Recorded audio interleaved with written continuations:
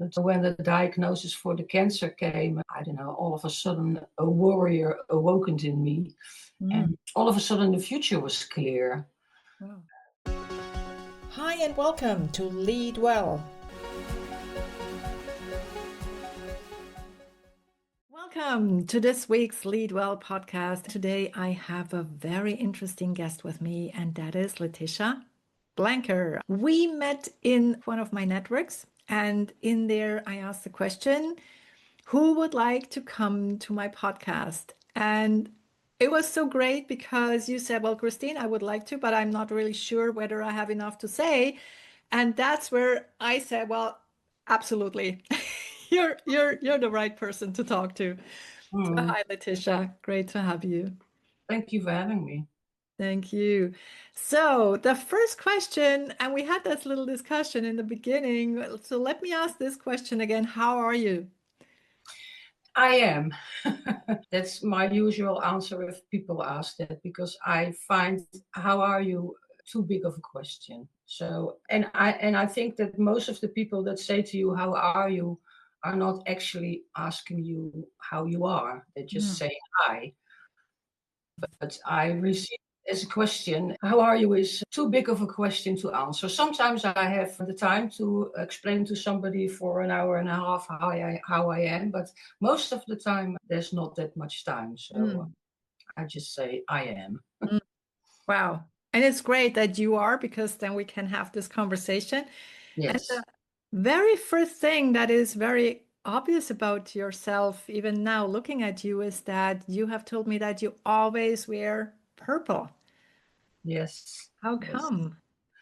Well, it grew on me through the years. In the beginning, my favorite color was purple, so a lot of my clothes were purple. But then it's, if you're gonna buy something yellow, you know it's not gonna fit with a lot of your other clothes. And to be honest, I would love to wear the same outfit every single day. But that's especially if you have work, it's not very socially accepted. So then the next best thing is wearing purple. And it just makes me feel safe. And it's really funny because if I don't wear any purple and I go somewhere, people don't recognize me.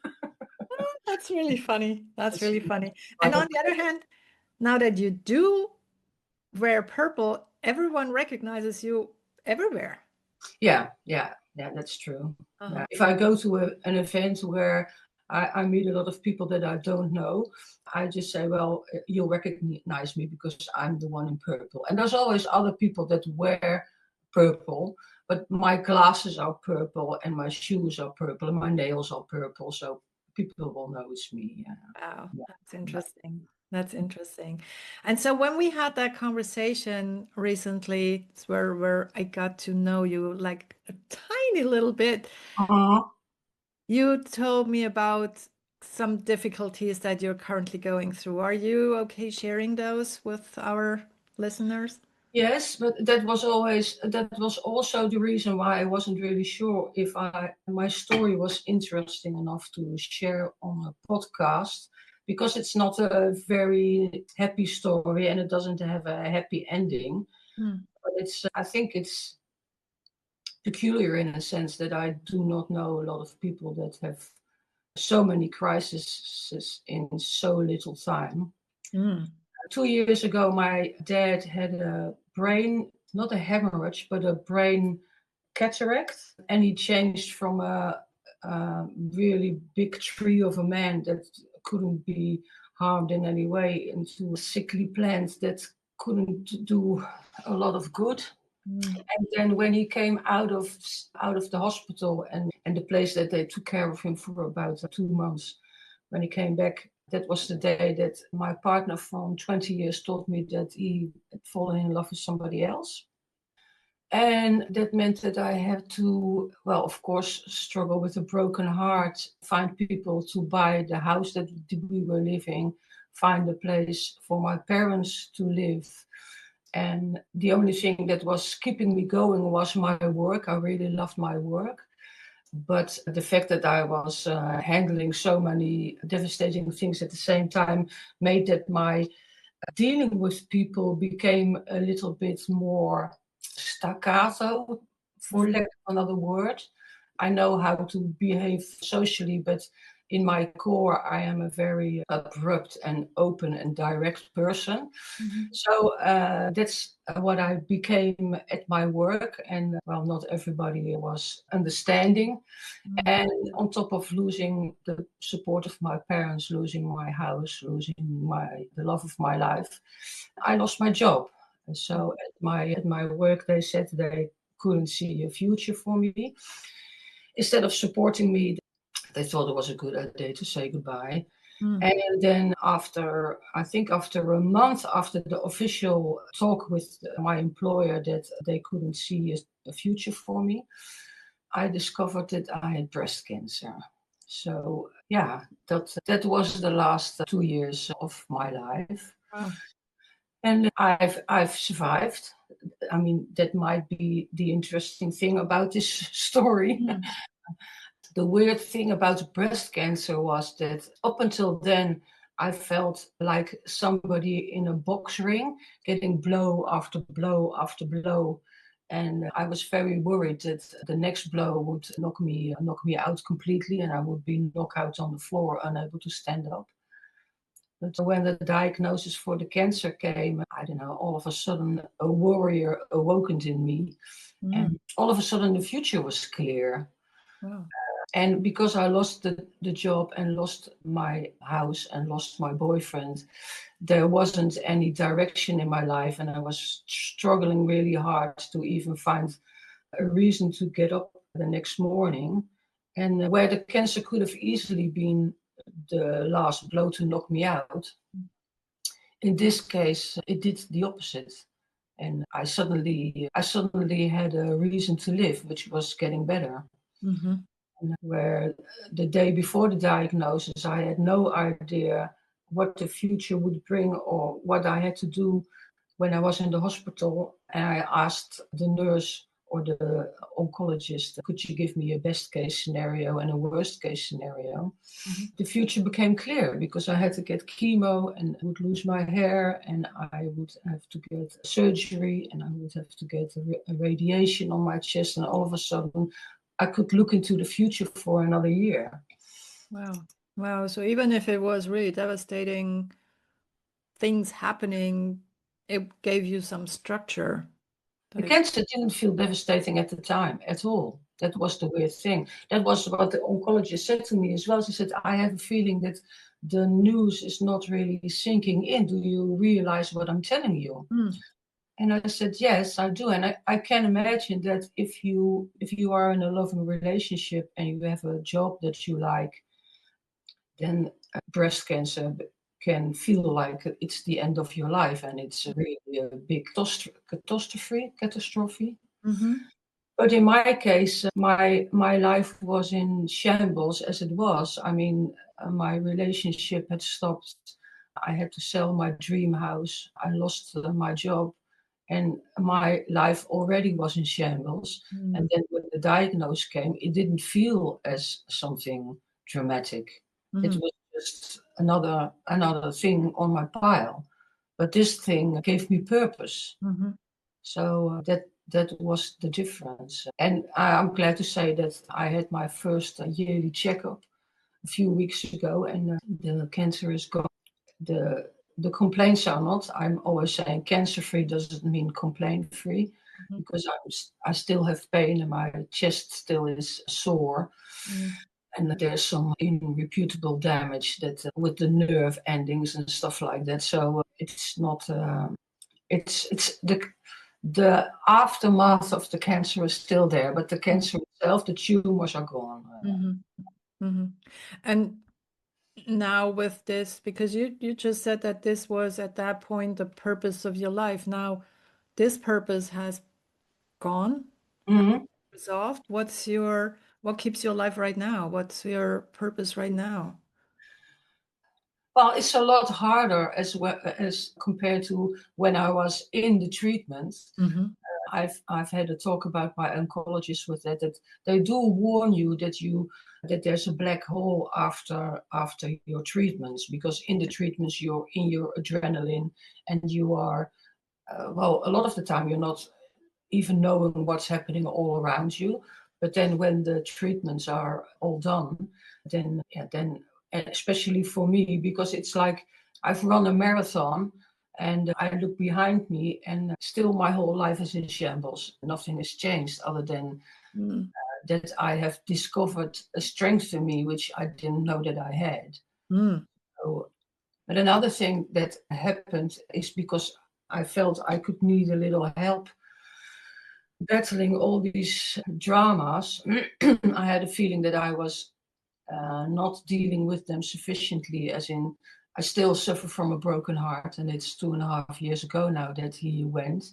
So I thought I would go to a therapist. Mm-hmm. But she said, you're doing very, very well, and a lot of people in the same circumstances would have broken by now, or and you are still functioning and you are still able to talk about everything, and it can't go any faster than it's going, because all these different kinds of loss get intertwined.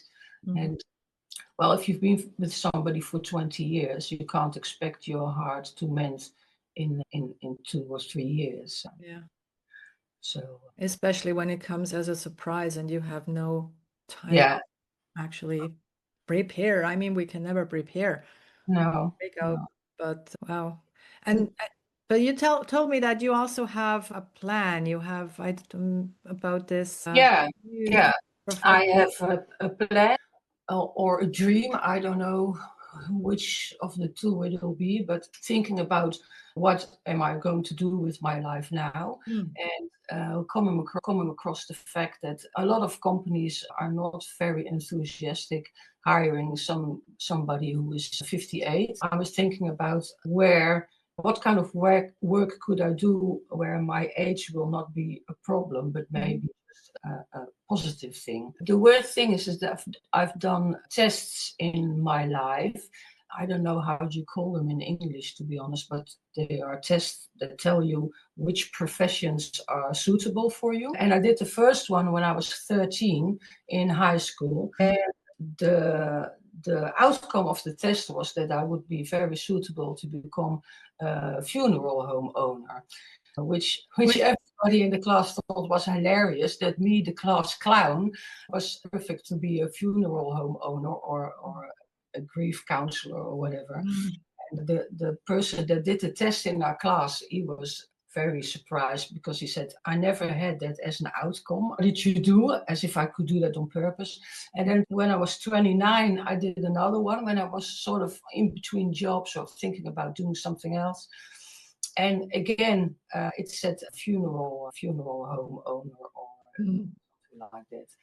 And then another time when I was at the beginning of my 40s, and it said it again. And I thought about that when I was contemplating what to do with my life. And I thought, well, maybe the universe is trying to tell me something. Maybe I should explore. And it does make me enthusiastic. I'm a good organizer. My former job always been operational manager or organizing of events. So I do have an organizational talent, which of course comes into use when you want to be.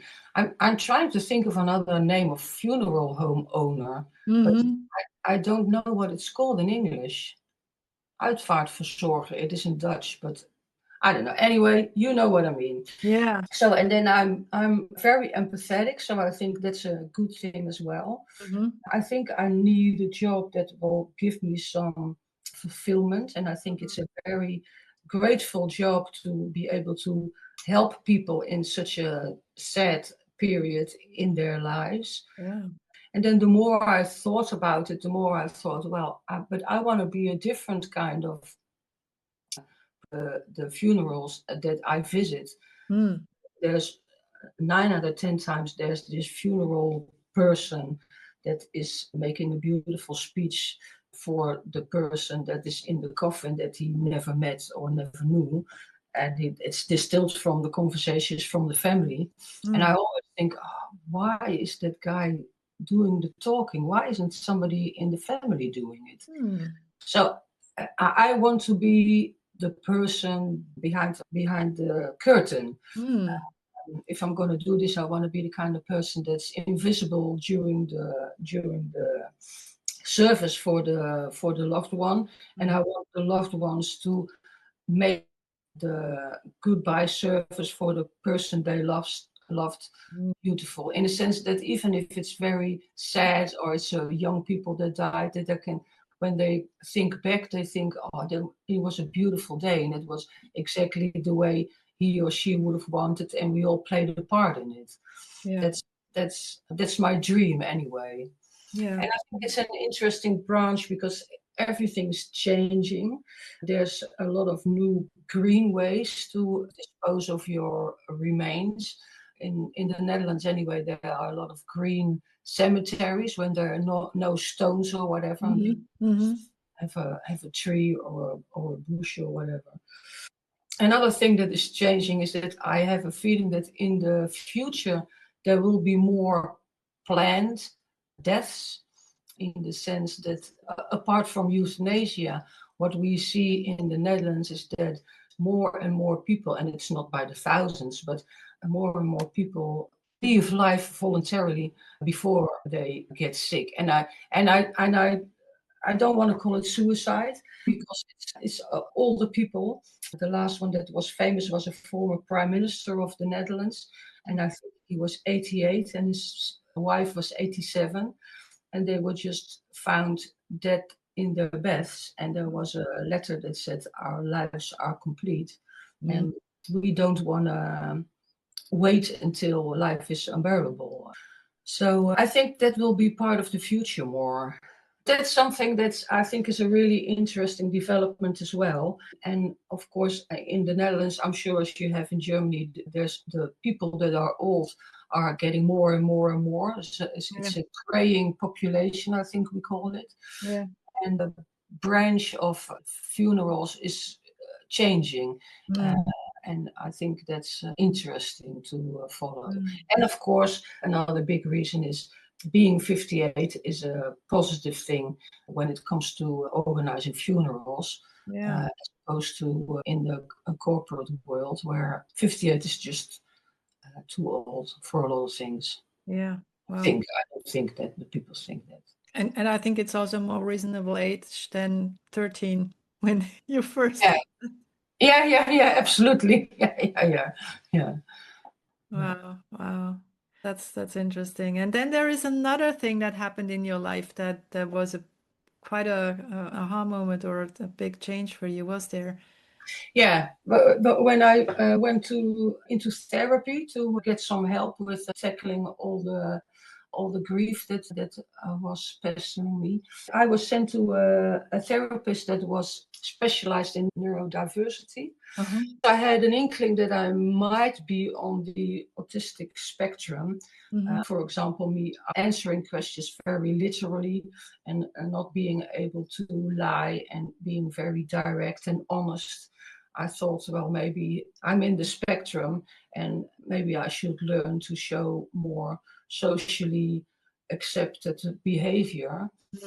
Since I was having the troubles at work for being too honest.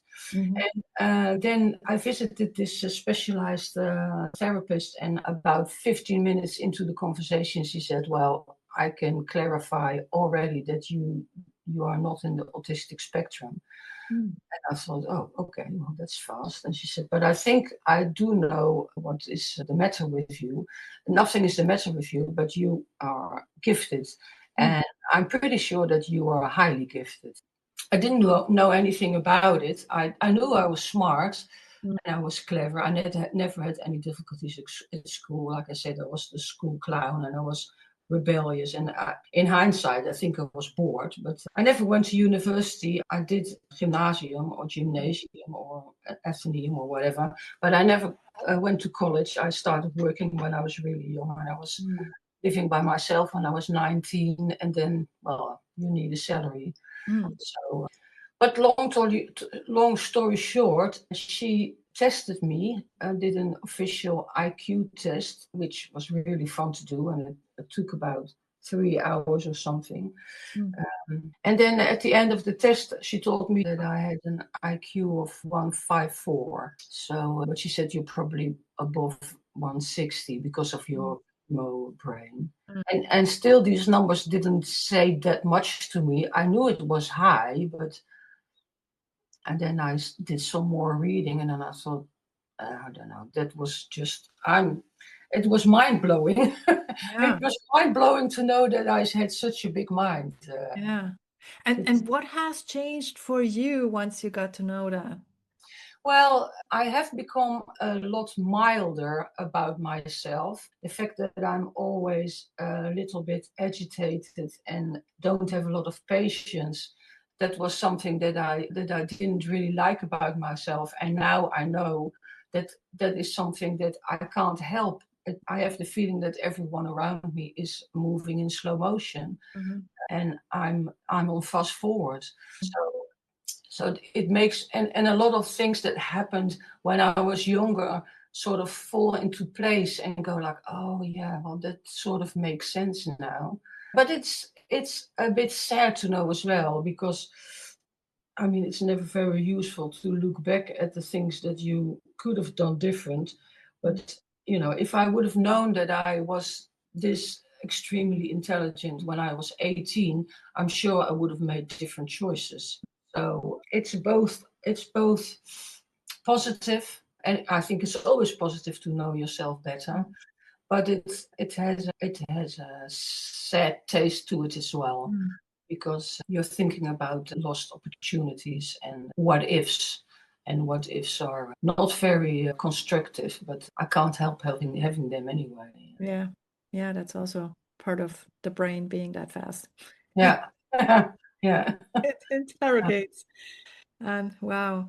So would you also say, because I mean, I encourage everyone that I come in contact to, and I have an idea that they might be gifted or highly gifted. I always tell them, well, get tested, because then you know. And it Yeah. does make a difference when we know. Yeah.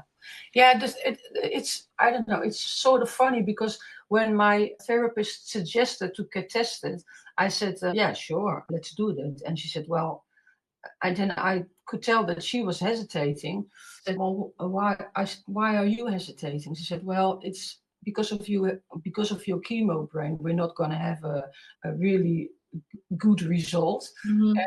I would not really want you to fail or something, fail an IQ test. But in the meantime, I met a lot of people that are gifted and highly gifted. And there's a lot of apprehension for people to take the test because they are afraid that they will fail. Oh, yeah. I And mean, I don't understand that. You can't fail an IQ test. It's going to give you information. It's going to give you knowledge. yeah. So how can you say? But I don't know.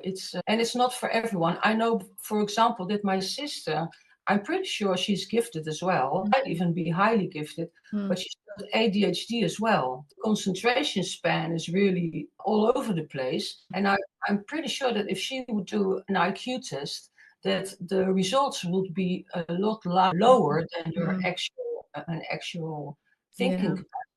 And it's only a test. I mean, the way I look at it, it only tests a certain type of creating patterns, discerning Yeah, patterns, being able to memorize, as you say, yeah, having some common knowledge. yeah, But there is one myth, and I definitely, I think I will go on a mission, because I think there is a myth that highly gifted people are not social and not empathetic. And all the ones that I met yeah, are, on the contrary, as you also said about yourself, extremely yeah, empathetic. yeah. Yeah, yeah. But what I have found is that since I've been to some meetings for highly gifted, I think there's a huge difference between highly gifted people and gifted people. Especially the highly gifted people, there's a lot of introvert people among them that become sort of extrovert when they are among peers. They shed their shyness. The I don't know. They show themselves in true colors. And I'm a pretty social people, and I'm pretty verbal, as you might have noticed.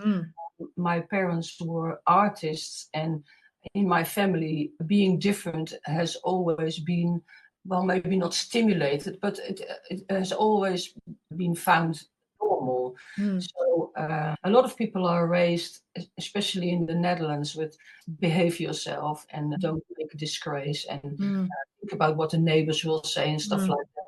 I'm luckily I'm not raised that way, but a lot of people are, and in these highly gifted communities, you can actually tell that people are very introvert and shy and silent, and as soon as they are with like-minded people, they come out. They can't stop talking. They make jokes, especially the humor is always very witty, and I don't know. I have a feeling that I'm not sure. There's something liberating about being among peers, and I have a lot of really really good friends that I love till death, but still, with I don't know. I can't explain it. It's a lifeline to me. It's a lifeline. Yeah, that's wonderful. And it's great that there is this community out there that we can take part of. Yeah, exactly. Yeah. So, and especially to me, because I always thought I was a kind of person that I'm myself. I'm incapable of being somebody else, and I'm what you see is what I'm get, and I'm too honest and too direct, and I don't compromise, and I hate to adapt. So I always thought I was somebody who doesn't adapt to the norm or what the normal world wants. Till I visited my first TNS meeting, and then I realized, hang on, I do adapt. I'm feeling much more myself here, and it's not that I wear a mask normally, but there's a veil. There's a veil there that I can rip off as soon as I'm. So I get even more. I get even more babbly and even more. I become more myself. I think that's the best way to put it. And that's the one positive thing in the last few years with all these things happening to me. But even though it's positive, it's still life changing. So it's another thing that you have to put in your basket and deal with. So I'm pretty sure the next 10 years will look different than the last 10. Yeah, I hope so. Yeah. Well, the one thing that I'm taking to account, my parents are 85 and 86, so I'm going to lose them in the coming year. We already had to put the dog to sleep, so that's behind me. But every time I think it can't get any worse, something happens that I thought, okay, I hadn't thought of that. Yes, that can happen as well. Yeah, okay, sorry. So Yeah. And I think life is just in the moment, and we just take it, as you say, take it as it happens. And John Lennon said it the best, I think. He says, life is what happens to you while you're busy making other plans. And that's, yeah, that's great. And I think that's also a great ending to this episode. Thank you so much. You're welcome. For sharing your story here. And I'm sure, I hope we'll meet next year. Yeah. TNS meeting. I'm very positive to go there. Oh, good. And if not, at least, we'll stay connected. We sure will. Yeah. Thank you so much. Okay, you're welcome, Christine. This was Lead Well. Now, what is the one thing that you're taking away from this episode? Please share in the comments below, and do share the podcast with your friends and family, but only if you like it.